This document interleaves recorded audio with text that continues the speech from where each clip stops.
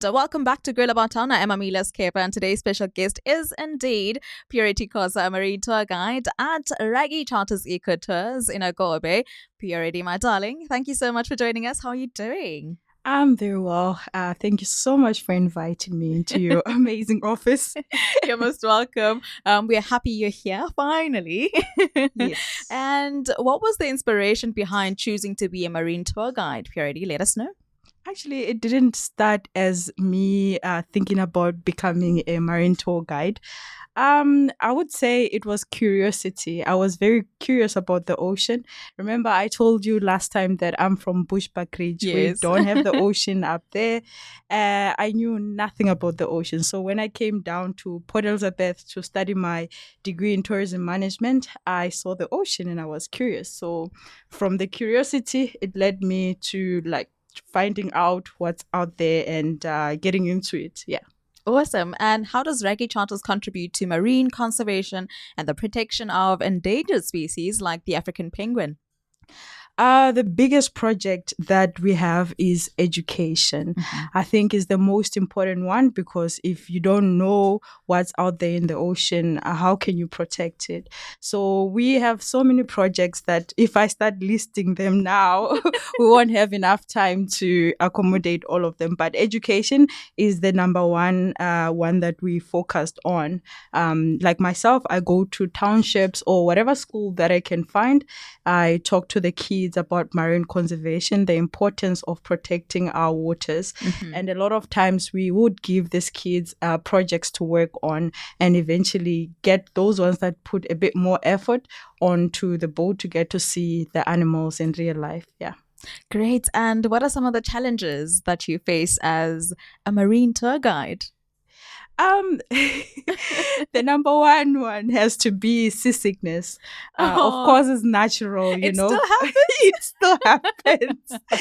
I remember my first day, I got so seasick. I said to myself, I am not coming back here.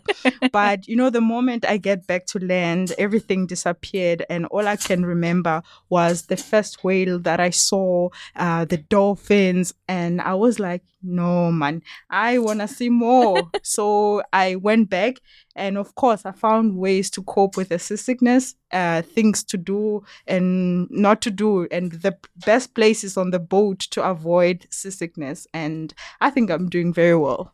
Yeah. Listen, we'll dive into the to-dos and the to-don'ts. Purity, we were right on the tip of you telling us what are the do's and don'ts of not getting sick on the boat, because it happens. Yes, definitely. It happens a lot than you would think. So, number one, I would say do not get drunk the night before. Because I've seen so many people, especially in December, they go out and have a little bit too much. And in the morning, they come on the tour and it's not nice. So please don't get drunk the night before. And also try to eat something. Of course, people are different. So for myself, if I have good breakfast, it stays in my stomach and it makes me comfortable. But some people, it does the opposite. Yes. Yeah. So some people, they would take the seasickness pills the night before and also in the morning. That works, but sometimes it will make you a bit tired. So on the boat, when we do the safety briefing, I would tell you where not to go and where to go. Yes. For example, if you stay in the cabin for too long, you're more likely to get seasick. Yeah. So you need to be in a place where you can get fresh air and you see where you're going. So all this thing of seasickness, it happens in the brain, okay, I'm not a professional, but it has something to do with balance. Yes. So yeah, you need to trick your brain and go outside and see the motion of the boat and see where you're going. Yeah. Alrighty, could you tell us about some of the most memorable wildlife encounters you've experienced during your tours? And do you ever stop being in awe of the amazing and beautiful creatures that you see on sea? It's impossible to stop being like that every time you have a sighting. So I would say the most amazing I've had encounter I've had so far, it has to be southern right whales. Oh. So southern right whales, they come from the southern seas, Antarctica. Every year they come to our waters to breed. So this one time, we had a sighting of somewhere. I think it was more than 5 individuals that were mating. Yeah, so the size of these whales are almost the size of a bus. So imagine about 5 buses mating. That is chaotic, kinda. So every time we have sightings like that, we put our engines at neutral, so that we don't disturb them. And on this particular day, after they finished mating, those whales decided to move straight to the boat. I felt my heart pounding. And at the last moment, these whales turned away. It was really close to us, like really, really close. Yeah, but I got to realize that these whales, they are very much aware of their big bodies. Yes. They're very gentle, hence we call them the gentle giants. They are amazing. Yeah.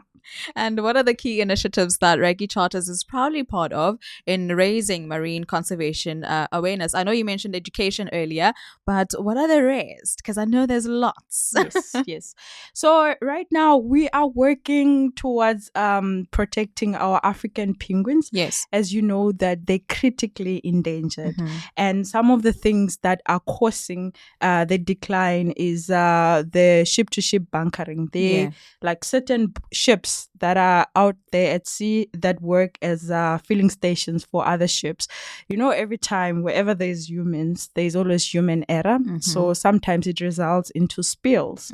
And we think that there could be better ways to do it than to do it out there, which is endangering our penguins more. Penguins tend to get caught up in all this oil whenever there's a spill. Yeah. And that doesn't end well. Some end up being infertile, meaning that there won't be more penguins coming out of that individual. And some die in the process because they're not waterproof. All that oil clumps up their feathers and they get hypothermia. Oh, and when there's entanglement within the animals, do you chip in? Do you go in and assist when they need be? Definitely. So there've been a number of times when we saw or spotted an entanglement, a whale entanglement. Yeah. Most of the time it's been humpback whales. And every time we see such, we call NSRI, Sea Rescue, and they come right away with their special tools to cut off the ropes. It's a very difficult job, but I am really proud of them. Yeah, they've helped a lot. And what advice would you give to somebody interested in pursuing a career in marine tour guiding or conservation?